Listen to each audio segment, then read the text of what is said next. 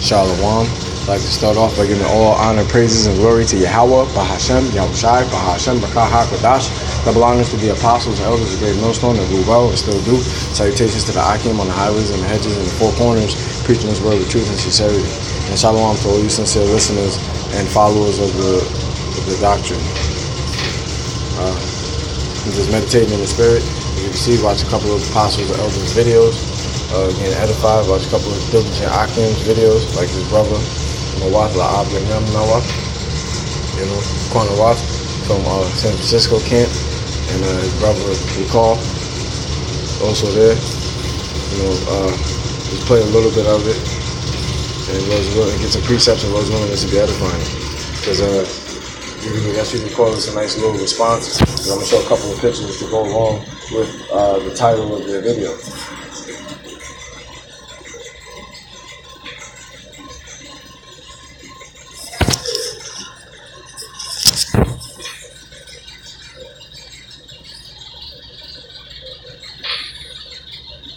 First off, we want to give all the praise, honor, and glory to Yahweh, Bahashem, Yahushai, Bahashem, HaKadosh.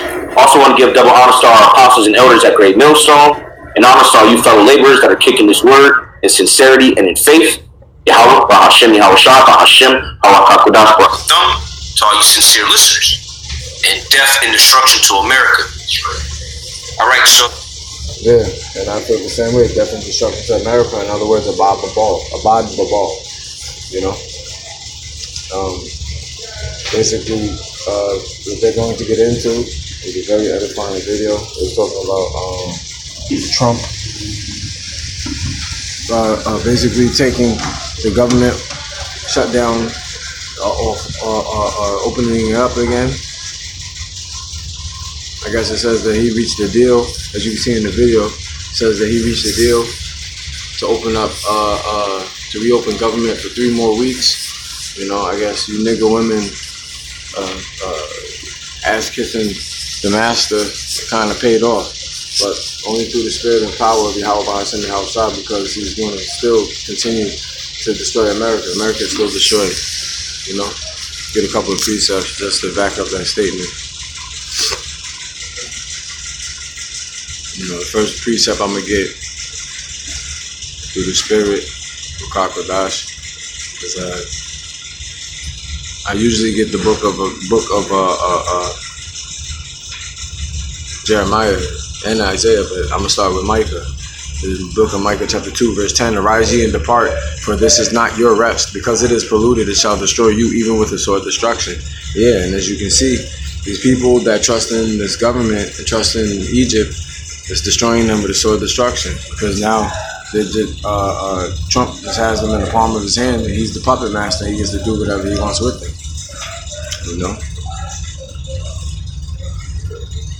This is just pertaining to the children of Israel, because we only care about the children of Israel, which consists of you so-called blacks, Hispanics, and Native Americans. We don't care about any other race, because all you other races are heathens, and even 2/3 of our own nation is classified as the heathen.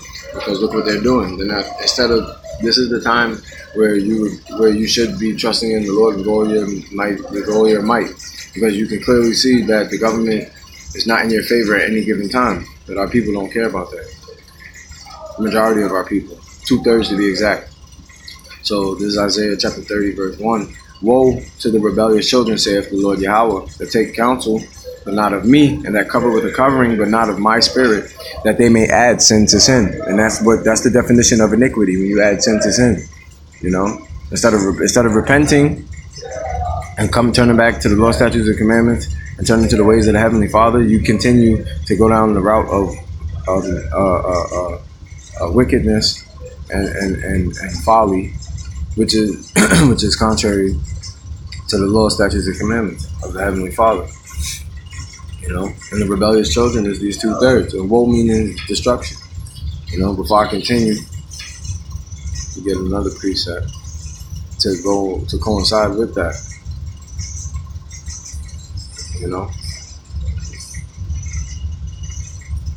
There's the book of Proverbs, chapter 21, verse